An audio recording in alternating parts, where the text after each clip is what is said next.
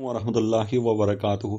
Student, हम लोग आज के इस लेक्चर में दो मेन चीज़ों को देखेंगे। एक ये है जनरल फॉर्म ऑफ ओडी, जिसमें हम फर्स्ट ऑर्डर इक्वेशन को भी डिस्कस करेंगे आज के इस लेक्चर में, और साथ में सेकेंड ऑर्डर को भी टच करेंगे। उसके ऊपर आपको तमाम की पॉइंट्स, तमाम ट्रिक्स और तमाम शॉर्टकट आपको इस लेक्चर में बताऊंगा। लेकिन मेरी ये जो वीडियोस हैं वो सिर्फ डिफरेंशियल इक्वेशन की यही 2-3 वीडियोस नहीं हैं। ये ऑब्जेक्टिव के पॉइंट ऑफ व्यू से और आपके ट्रिक्स के पॉइंट ऑफ व्यू से, ये किसी भी किस्म के एग्जाम में आप अपीयर हो रहे हैं तो ये पॉइंट्स नोट करके जाएं, ताकि ये हो कि आपका एग्जाम अच्छा हो। मैं इसके ऊपर मजीद वीडियो भी अपलोड कर रहा हूं, जो कि इसके बाद वाली वीडियो भी आप देख सकते हैं। तो आपने तरतीब से इन वीडियो को देखना है ताकि आपके पॉइंट्स क्लियर हों। अगर अब आपके किसी वीडियो के अंदर कोई पॉइंट आपका क्लियर नहीं है तो भी आप नेक्स्ट वीडियो में जाएंगे तो वो पॉइंट्स भी क्लियर होते जाएंगे। लेकिन एक बात है, आप कमेंट में ज़रूर लिखिएगा कि आप लोगों को इस लेक्चर से कितना फ़ायदा पहुंचा। ये आपने लाजमी लिखना है। यहाँ पे हमारे पास है स्टूडेंट, सबसे पहले नंबर पे हमने यहाँ पे प्रायोरिटी दी है, वो है लीनियर इक्वेशन। याद रखें कि मैंने आपको बताया था पिछली लेक्चर के अंदर के जो सेपरेबल है, एक सेपरेबल है और फिर लीनियर है। यहाँ पे आज हम प्रायोरिटी दे रहे हैं लीनियर इक्वेशन। याद रखें, मैं खुद समझता हूँ कि लीनियर इक्वेशन जो होती है वो सबसे जल्दी हल होती है।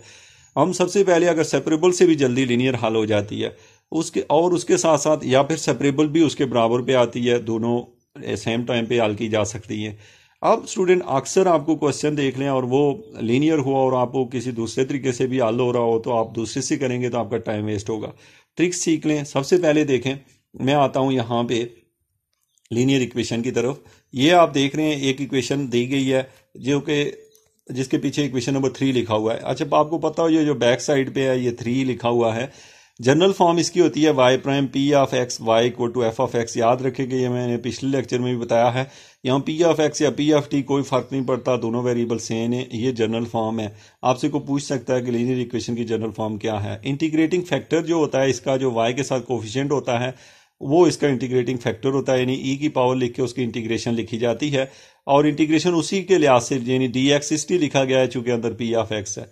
फिर उसके बाद इसका शॉर्टकट हल क्या होता है, जनरल सोल्यूशन इसका नीचे दिया हुआ है, जो स्टूडेंट आपको फौरन से आना चाहिए। जनरल सोल्यूशन, ये आपको फार्मूला अगर याद है तो आपको बस पी ऑफ एक्स देखना है, इस फार्मूले के अंदर जाके लगा देना है, जिनमें से म्यू ऑफ एक्स जो है आपके इंटीग्रेटिंग फैक्टर को शो कर रहा है और एफ ऑफ एक्स आपको राइट साइड पे दिया हुआ है। ये फार्मूला अगर आपको तैयार है तो आप कभी भी लीनियर इक्वेशन जो है वो 1 मिनट के अंदर अंदर सॉल्व कर सकते हैं। दूसरे नंबर पे जो आपके पास है यहाँ पे है, वो है होमोजीनियस इक्वेशन। होमोजीनियस इक्वेशन की जनरल फॉर्म होती है, पहले वो और फॉर्म में दी होती है, आप उसे y बाई एक्स में कन्वर्ट करते हैं, फिर आप सब्स्टिट्यूशन करते हैं y is equal to z x. ये सब्स्टिट्यूशन की जाती है y is equal to z x, ये सब्स्टिट्यूशन करें, या आप इसे लिखा करते हैं y is equal to v x.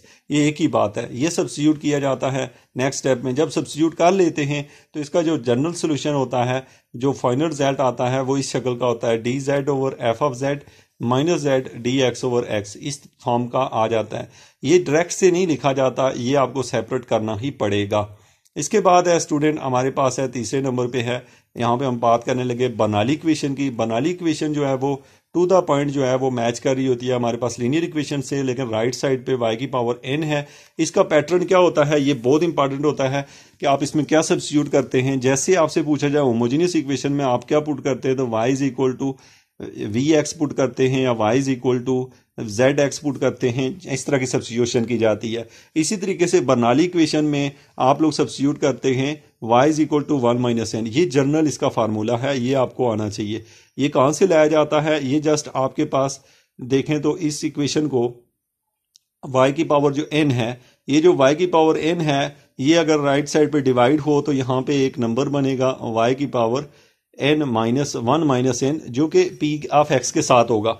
उस कोफिशिएंट को आपने z पुट कर देना है। पुट करने के बाद उस इक्वेशन को सिंप्लीफाई करना है। लेकिन ये कि आपको ट्रिक पता हो सब्स्टिट्यूशन क्या की जाती है बर्नौली इक्वेशन में, और बर्नौली इक्वेशन को कैसे पहचाना जाता है। नेक्स्ट वन है हमारे पास है exact equation. Student, exact equation जो होती है, जो डी एक्स के साथ कोफिशिएंट होता है उसे m कहा जाता है, जो डी वाई के साथ कोफिशिएंट होता है उसे n कहा जाता है। और फिर उसकी एग्जिस्टेंस, अगर एग्जैक्ट इक्वेशन होगी तो उसको पहचान लेते हैं हम partial m over partial y से इक्वल आ जाए partial n over partial x के। अगर ऐसा हो जाए तो फिर याद रखें कि इसका सोल्यूशन जो होता है phi is equal to c, where m is equal to partial phi over partial x और n is equal to partial phi over partial y। यहाँ पे मैं थोड़ा सा इसका ट्रिक आपको बता देता हूँ नेक्स्ट पे पेज पे एग्जैक्ट इक्वेशन को सॉल्व करने के जो स्टेप्स है। नंबर 1, पहले नंबर पे आपका जो सोल्यूशन होगा वो होगा phi is equal to integration of m d x plus h y. अब आपका सवाल है कि यहाँ से आप एम कहाँ से लाएंगे, एच कहाँ से लाएंगे। स्टूडेंट ये एम वही है जो पीछे आपको दिया हुआ है, यानी एम आपको पहले से ही पता होता है, और एच वाई जो है वो कोफिशिएंट आपने निकालना है। उसके स्टेप्स देख लें। नंबर 2 पे आपने पार्शियल फाई और पार्शियल वाई जो है वो किसके इक्वल है, एन एक्स वाई के। Similarly and solve for h y, यहाँ पे मैं इसके शॉर्टकट आपको अभी बताता हूँ नेक्स्ट क्वेश्चन पूरे इसके। Substituting the result h y in the expression of phi from step 1 and set phi is equal to 0, this is the solution. हम फाई को 0 रख के वहाँ से एच वाई का रिजल्ट निकालते हैं। या आपके लिए बेहतर यह है कि जो एन में एक्स वाई मौजूद है उसको आप खाली एन को विदाउट एक्स लिख दें, यानी कि सॉरी उसमें से एक्स वाला कोफिशिएंट छोड़ दें, तो जो बनेगा वो एच वाई होगा। आपको ये बात शायद समझ ना आई हो, लेकिन याद रखें कि जो एग्जैक्ट होती है उसको दो तरह से उसके सोल्यूशन लिखे जा सकते हैं। अगर आप लोगों ने integration of n d y लिखते हैं, एन जो है चूंकि डी वाई के साथ होता है, तो अगर एन डी वाई लिखते हैं तो ऐड करेंगे जी एक्स। अब ये जी एक्स आप कहाँ से कैलकुलेट करेंगे, सबसे पहले आप पार्शियल फाई और पार्शियल एक्स निकालेंगे, उसको एम के इक्वल रख लेंगे, वहाँ से फिर सिंप्लीफाई करेंगे और जी ऑफ एक्स वहाँ से सॉल्व कर लेंगे। सिंप्लीफाई करने का तरीका ये होता है कि आपने फाई की जगह 0 रखना है और फिर वहाँ से जी ऑफ एक्स की वैल्यू निकालनी है। ओप्सो के इसका जो शॉर्टकट ट्रिक है वो मैंने आपको क्लास में भी बताया हुआ है, किस तरीके से आप एग्जैक्ट को करते हैं सॉल्व।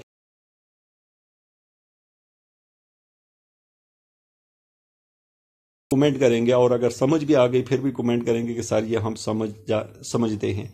नेक्स्ट वन है, यहाँ पे है इंटीग्रेटिंग फैक्टर्स। क्या है इंटीग्रेटिंग फैक्टर्स जो है स्टूडेंट, ये डिफरेंट वे से लिखा जाता है, तो आपको इसका आइडिया हो। देखें केस 1 में ये है कि अगर आप m y minus n x divide by n करें तो आपका आंसर जो है वो अगर एक्स की फॉर्म में आ जाए, सॉरी वो अगर आपका आंसर जो है ये यहाँ पे जो लिखा हुआ है mu of Y equal to E की power integration of P of X D X, यानी आपका रिजल्ट अगर टोटली, यहाँ पे मुझे थोड़ा सा इसमें इश्यू लग रहा है कि हमारे पास जो रिजल्ट है यहाँ म्यू ऑफ वाई की जगह म्यू ऑफ एक्स शायद होना चाहिए, ये गलती से म्यू ऑफ वाई लिखा हुआ है।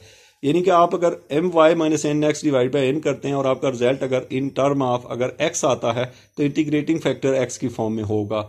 और फिर नेक्स्ट वन है, अगर केस नंबर 2 में अगर आप एन एक्स में से एम वाई निकालते हैं और आपको रिजल्ट वाई की फॉर्म में आता है तो इंटीग्रेटिंग फैक्टर जो आप निकालेंगे उसको हम ई की power q of y d y की फॉर्म में लिखेंगे। और नेक्स्ट वन है, तो याद रखें कि हमेशा जब भी आप इंटीग्रेटिंग फैक्टर निकालते हैं, वैसे तो उसके 4 मेथड हैं हमारे पास, 5 है, बल्कि एक लीनियर के इक्वेशन के केस में भी निकालते हैं। तो ये आपने देखा है, इसमें जो आपकी टोटल इक्वेशन देखी है हमने, और ये हमारे पास जो है overall first order differential equation को देखा है हमने, और उसके ऊपर जो हमने जनरल डिस्कशन की है। अब हम आते हैं स्टूडेंट सेकेंड ऑर्डर पे। सेकेंड ऑर्डर में कुछ चीज़ें मैं आपको बताऊंगा, लेकिन मैं ये सोच रहा हूँ कि इसको मैं नेक्स्ट वीडियो में बना लूँ, क्योंकि ये थोड़ा सा आपके लिए बोरिंग ना हो जाए। Thank you very much.